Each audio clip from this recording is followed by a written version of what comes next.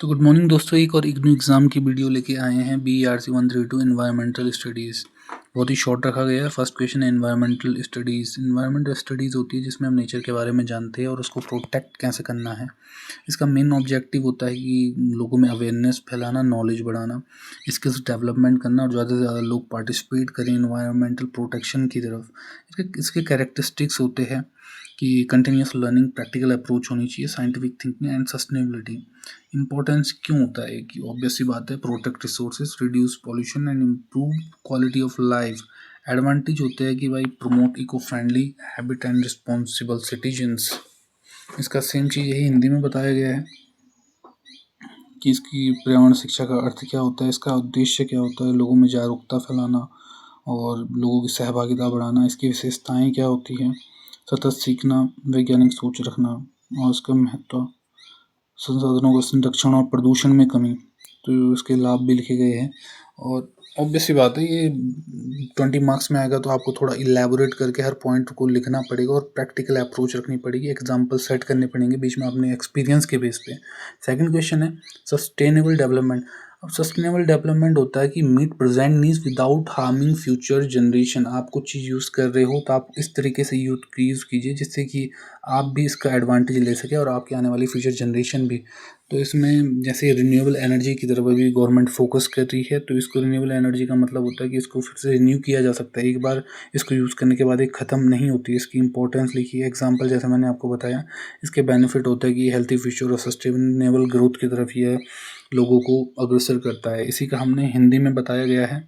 इसका अर्थ क्या होता है, इसका सिद्धांत क्या होता है, देख सकते हैं आप पॉइंट वाइज नोट कीजिए, दिमाग में रखिए। केवल पॉइंट वाइज इसलिए बनाए हैं ताकि आप लोगों को ज़्यादा से ज़्यादा पॉइंट याद रहे और आप एग्ज़ाम में इसको इलेबोरेट करके अपने अपने एग्जाम्पल सेट करके आराम से इसको, अगर 20 मार्क्स में आता है तो 4 से 5 पेज भर के आ जाइए, आपको अच्छे मार्क्स डेफिनेटली मिल जाएंगे।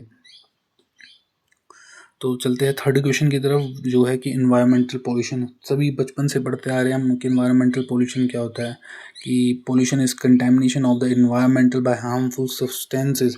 कि कंटेमिनेट किया जाता है जब हार्मफुल सब्सटेंसेस के द्वारा इन्वायरमेंट को, दैट इज कॉल्ड पोल्यूशन।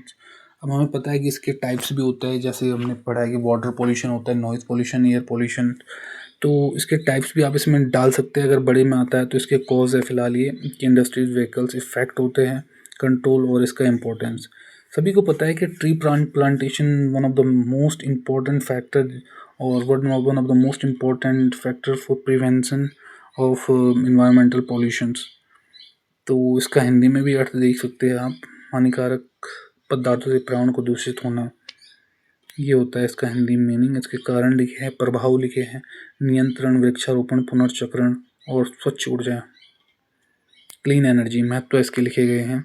मानव और प्रकृति की सुरक्षा, ऑब्वियस सी बात है। नेक्स्ट क्वेश्चन है बायोडाइवर्सिटी। बायोडाइवर्सिटी का मतलब ही होता है कि वैरायटी ऑफ लिविंग ऑर्गेनिज्म, कि जितने भी जीव पाए जाते हैं उसमें क्या क्या वैरायटी होती है, इसके टाइप्स क्या होते हैं, इसके प्रकार क्या होते हैं। भाई एक तो होते हैं जेनेटिक्स होती है, ठीक है, एक होती है कि स्पेसीज होती है, भाई हुई है इतनी सारी स्पेसीज तो बायोडाइवर्सिटी बढ़ जाएगी। इकोसिस्टम डाइवर्सिटी भी होती है।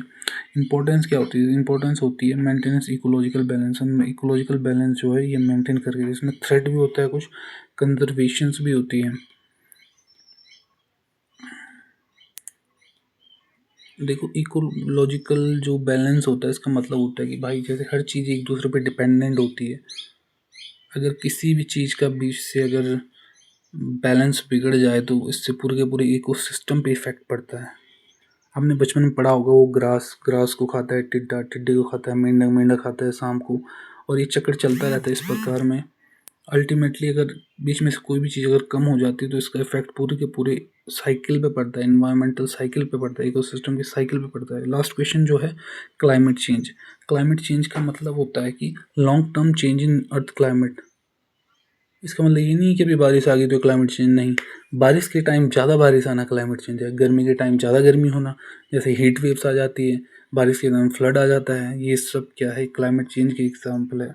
इसका कॉज क्या है, main cause green house gases जो कि बढ़ती जा रही है, fossil fusion, deforestation, effect, prevention and responsibilities, आप सब देख सकते हैं। ग्रीन हाउस गैसेस बढ़ती जा रही है और इसका मेन रीज़न डिफॉरेस्टेशन ही है। तो जितना प्लांटेशन हो सके उतना करना चाहिए हमें, तभी ग्रीन हाउस इफेक्ट को कम किया जा सकता है। ग्लोबल वार्मिंग, जैसे कि आपको पता है कि day by day global temperature बढ़ता जा रहा है, बहुत ही माइनर लेकिन बढ़ता जा रहा है। तो इसको रोकने का एक ही उपाय है फॉरेस्टेशन। जितना ज़्यादा आप प्लांटेशन करेंगे